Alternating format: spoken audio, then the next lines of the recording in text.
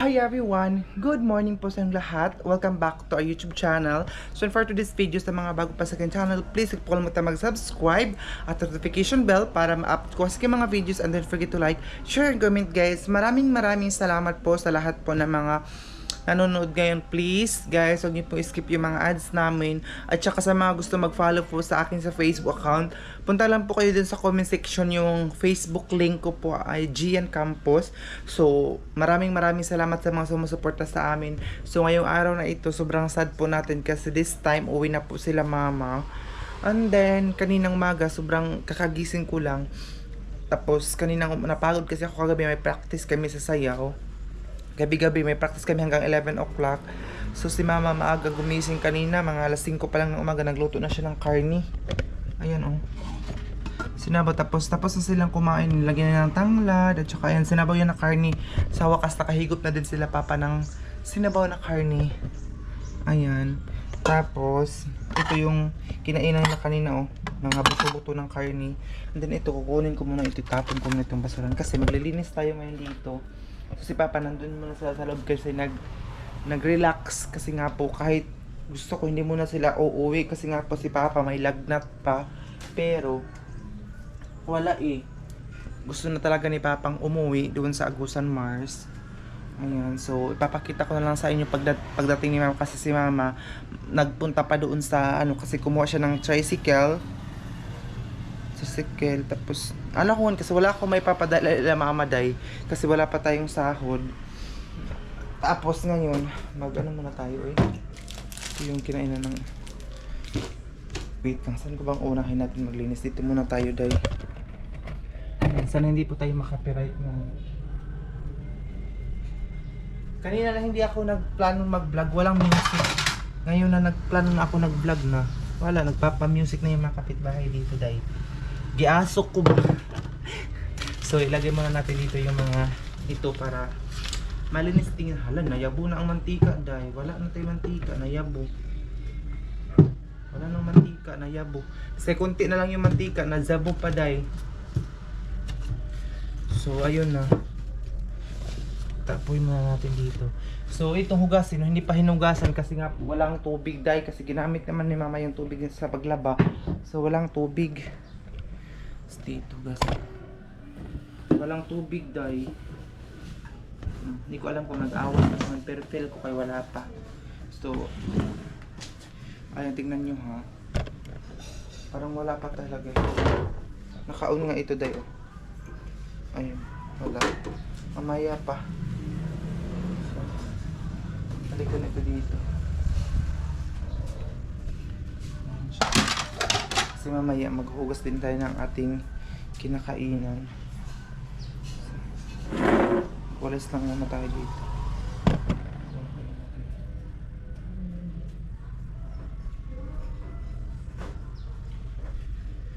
May music kasi mga day.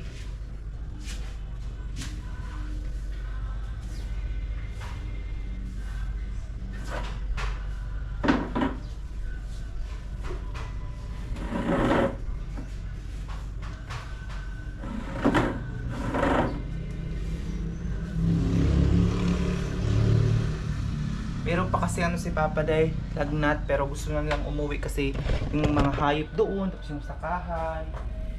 So yun.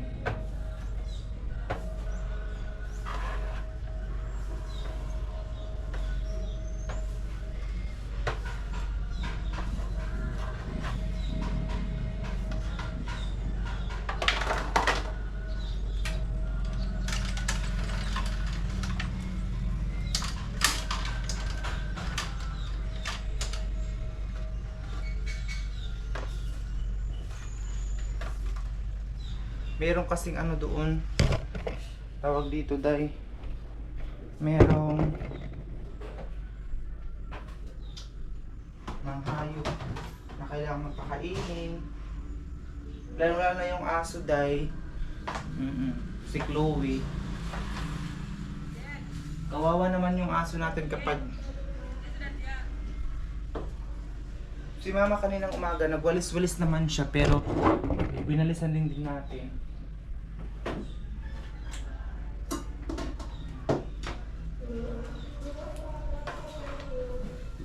Kasi yung kinainan ba, hindi pa na ayos ng pagwalis. So yun, medyo malinis na dito dayo. So yung hugasin natin, hugasin na karni ang ulam na kanin. Sana all nakabili na ng karni. So kasi nabaw na dahil. Tapos ano natin dito. And tapos dito parang wala sila ma'am dito, parang ilang araw na. Yung mga gamit nila, di ba? Malinis na dito dahil. So hintayin na lang natin na uwi si mama. 2,000 years later. Kaya na si mama.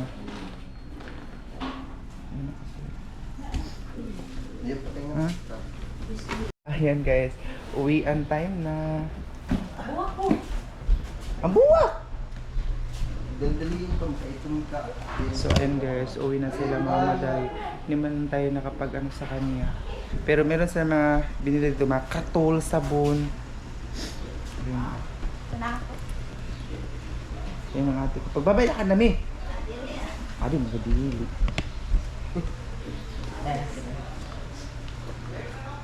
Pila kay amay, hangin mo ating RE. Watag po 150 sud sa Marcos. Amo ra, balanse mo. 440. Sakto kay tag 100 bago napasud pa nga sa pinta. Ano gani sing pinta? Sakto. Sino ba yung tao? Oo, na kami dahil makapanangit sa mga as. Kaya matin sila. Hindi, bado kayo na ani na katong pangalan. So ayan. Ano na yung ito damo? Ang ba ini? Sakay na. Ay na mo agi. Nakay ka mo agi. Lastara na ako na dito ini kaabot ito kay. Sige, ito na ako na sa likod. So ayan si mama, nag-ano pa siya doon sa mga nananghid ba?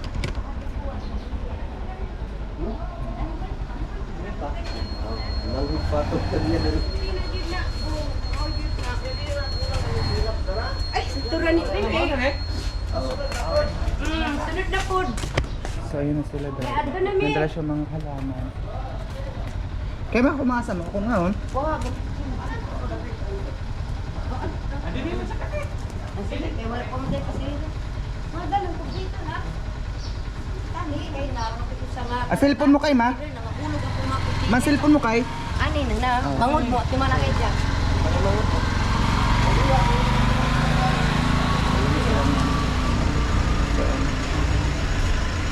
Pauwi na sila mama dahil. Ay, hindi pala nasarado yung ano. Baka pasokan tayo ng mga masamang espiritu. Masamang espiritu, char lang. Mga masamang loob. So, kailangan natin itong isara.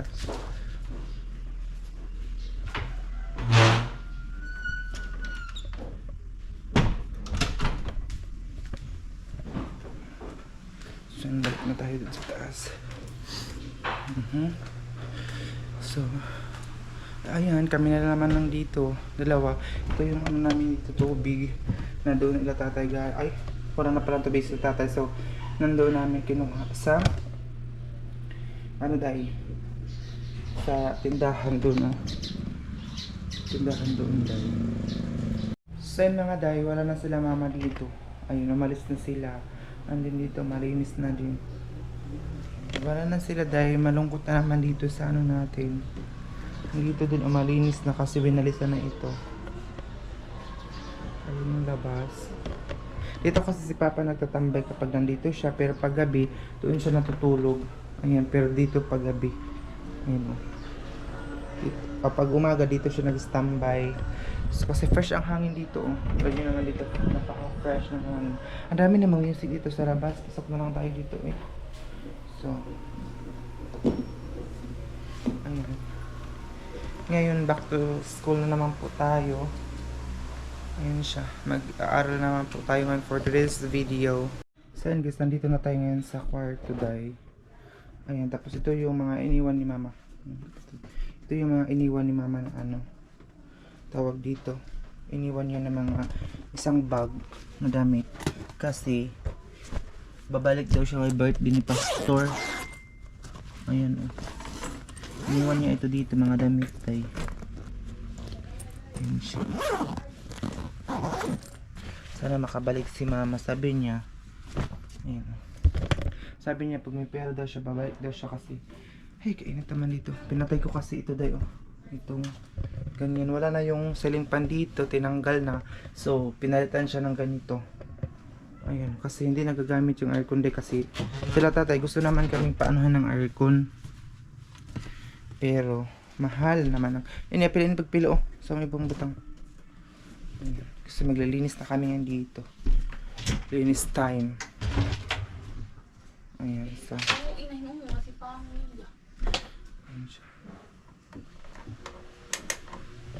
Ayan pa, ano natin kasi kapag walang ganyan, tapos ito, buksan na natin. Pag gabi, bukas pa rin ito palagi, oh. Tingnan nyo. Lapos lang, day. Ayan, tayo natatakot, day. Yes, siya. Dito. Ayan, nagtupi pa siya daan. Tapos ngayon, itong mga labahan na dito natin kasi para malabahan na natin na naman sa sunod na maglaba tayo. Dito lang namin lagay itong labahan namin dito. Ayan. Ito yung labahan namin na dito sa ilalim. Dito natin siya ilagay. So nag-start naman silang practice day, oh. Minsan napapagod na ako, mamaya mag-practice naman po kami. Ayan. So grabe da yung sakripisyo na to ba para sa grades. Alam nyo ba mga estudyante, gagawin po talaga ang lahat para sa grades, para kahit ano man yan, kahit hindi ka marunong sumayaw, kahit hindi ka marunong kumanta, kahit ano pang papagawa sa ng teacher mo, gagawin mo talaga lahat-lahat. So mamaya, ngayong Lunes day, mag ano daw kami, mag tree planting. Adoy, grabe naman eh. Ngayong Lunes, mag tree planting daw kami. So, hindi ko na alam kung ano yung gagawin natin.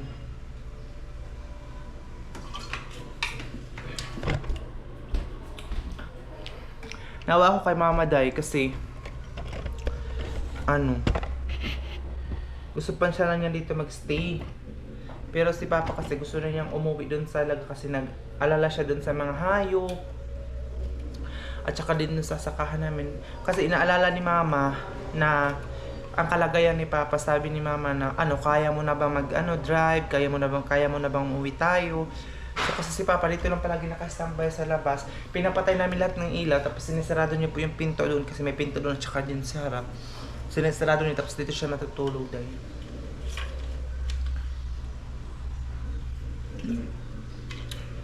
Palagi akong nauuhaw, tapos pag pumapunta ko sa eskwelahan, sobra yung pawis ko ba, yung tawag doon, yung pawisin ako ba, madali akong pawisan. Ganoon ako. Ngayon, maliligo na ako ngayon dahil kasi makapunta na ako dun sa school kasi tapos naman tayong kumain. Nag-ano sa mama kanina, nagsabaw sila ng karning baboy. Ayan, uwi na sila kanina, pati yung ate ko. Uwi na sila lahat doon sa bahay. So, pero si mama sa susunod siguro, babalik daw siya pag may pera siya. Binili niya yung binilin bag, ibilin niya ang mga uban nga mga sinina para makabalik talaga siya.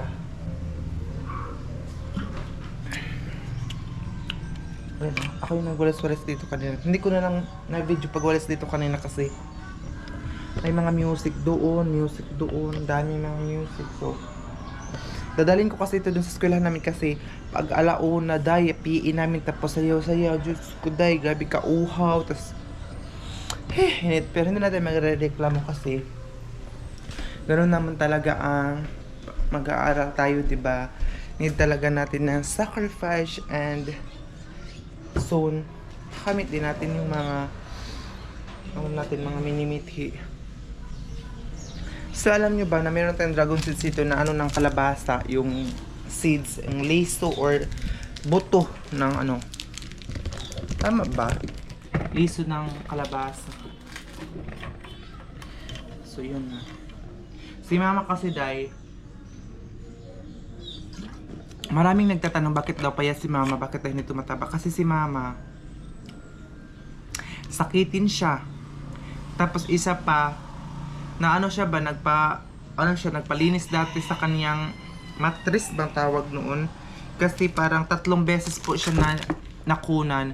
Kasi namatayan po kami ng kapatid, hindi pa nakakaalam, namatayan, story time na naman po tayo. Kasi maraming marites day. Namatayan po kami, nalunod sa baha nung bagyo. Tapos nung time na yun, si mama sobrang stress talaga siya ng bunga-bunga. Tapos yung bata nasa loob ng tiyan niya mga 7 months I think, or parang 7 months, bata na talaga, or 8 months ata nun. Nalata na pala doon sa ano niya, yung nabulok na pala doon sa ilalim ng tiyan niya. Kaya buti na lang talaga, sabi ng kumadrona doon sa amin, kasi walang usong doktor sa amin dati, doon lang talaga sa bahay nanganganak. So sabi ng kumadrona na buti na lang talaga lumabas yung bata, pero yung bata lata na siya ba, ng bulok na lata ng good siya day. Tapos yun, sabi ng kumadrona or nag-ano sa kay mama na magpa-opera siya para makuha yung mga buto-buto doon sa ilalim ba, para malinis yung mattress niya or sa tiyan niya, para hindi siya ma-poison day. So yun, nagpa-opera siya dati. Hindi man siguro nagpa-opera, o nagpalinis lang. Tapos kaya yun, pumapayat na siya day. Tapos mataba kasi si mama dati. Oo, pero yung mother ko kasi sobrang hard work. Nakita niyo naman siguro day, sobrang hard work talaga yan. Sabi niya sa akin, naiyak nga ako nung tumawag ako nung nandun pa sila sa Agusan Mars. Sabi niya, kasi naalala ko baka wala na silang bigas. Sabi niya, wag mo na kaming alalahanin kasi may benta na, may ano naman daw ng gasoline station nila. Nagtitipid daw sila. Yung magsabi si mama ba, tapos umiiyak siya, parang maiyak din ako. Sabi niya, magtitipid daw sila doon, basta mag-aral daw kami ng mabuti, mag-aral daw akong mabuti, titiisin daw nila, kakayanin daw nila. Crisis doon sa Agusan Mars day, wala nang pangisdaan ba, kasi nga pabalik-balik yung tubig, pabalik-balik yung baha. So grabe ka crisis day, kasi pagkatapos ng pananim doon ng mga sakahan, ang pangisda naman ang tanging hanap buhay. So yun, ang hirap. Kaya sabi niya sa akin, no, huwag mo na kaming munang alalahanin ngayon, mag-focus ka muna, bumili ka ng bigas mo doon. Sabi niya, kasi yung sakahan natin hindi na maaasahan, kasi nga po, natumba ng hangin ba. Kasi yung sakahan namin, daanan siya ng hangin ba, parang, ano siya, doon dumadaan yung bagyo, doon sa sakahan namin, basta madali siyang nadaanan ng malakas na hangin, yung lupa namin. Kaya ito, snacks natin, kasi pagkatapos natin maligo na ako ngayon, pupunta na ako ng eskwelahan kasi wala na sila mama dito dahil kami na lang naman dito. Yung kapatid ko doon sa loob naglinis doon sa kwarto. Ayan. So I think na ayaw pa talaga sana ni mamang umuwi, at saka kasi dito muna sila mag-standby. Pero nahiya din siya ila tatay.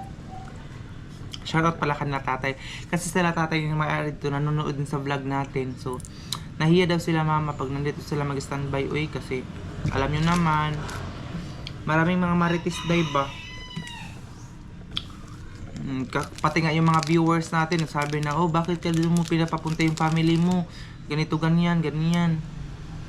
Huwag niyong abusuhin yung pagkabaitan ni tatay, ganito. Hindi naman namin inaabuso dahil mag-standby lang naman sila mama dito ng ilang araw, kasi nga po grabe yung trabaho nila doon. Gusto lang nila muna makapag-relax, yung wala muna silang iisipin, ganun ba. Pero wala talaga tayong magagawa kasi nakikitira lang tayo o boarding house lang ba. Kaya yun ang ginagawa naman, mauwi na lang sila kasi nakakabasa sila ng mga comment ba na hindi ba kayo nahiya dyan na lahat ng pamilya mo nandoon na, tapos ganyan. Kaya yun sila mama, nahiya na lang sila. Kaya kasi nababasa namin na tatay yung mga comment. Ayan, kaya kung may pera lang kami day, bahay nang rerentahan namin dito ba, para makapag-relax na sila mama din dito. Pero mag-aaral pa tayo day, hindi pa tayo mayaman. Tapos yung sahod ko day, alam nyo lang, tama-tama lang din, pambayad ng exam. Alam nyo po ba, isa sa mga stress ko pag gabi, yung hindi pa dumating yung sahod, pero wala, parang Para lang wala nang matira sa'yo kasi binabalansin na sa utak mo. Ay, ito babayarin na naman, ito bayaran. Tapos pamili pa dito. Grocery, ganun. Diba? Sino nakaka-relate? Actually, may nakaka-relate siguro dahil yung wala pa yung sahod mo pero ubos na. Ubos na sa utak mo kasi marami kang iniisip. Hindi ka na nga makabili-bili ng ano, yung pangangailangan mo. Diba? Hindi na nga ako bumibili ng mga iba pang mga pangangailangan dahil kasi nga po, inuuna ko talaga yung pagkain namin dito kasi ang pagkain isa sa mga importante sa amin dito dahil kasi kung wala kami pagkain dito, mamamatay kami sa gutom kasi sila mama doon, hindi namin sila maaasahan dahil kasi nga po, wala din silang trabaho doon. Kaya nagpapasalamat ako kasi may mga nanonood pa rin sa vlog natin. Thank you so much. Kasi magtatrabaho tayo pag gabi day, hindi tayo makapag-focus kasi minsan yung klase namin hanggang 9. Hanggang 9. Eh di, wala na. Ilang oras na lang, di ba? Kaya sobrang hirap mag-adjust ng time. Kasi napapansin ko ngayon, sobrang dali lang talaga ng oras. Sobra. Kaya yun. Kaya thank you so much sa mga nanonood.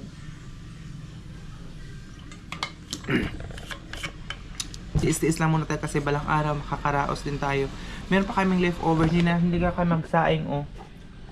Ayan, hindi na kami magsasaing ngayon para hanggang gabi na yung kanin namin sa sobrang tipid day.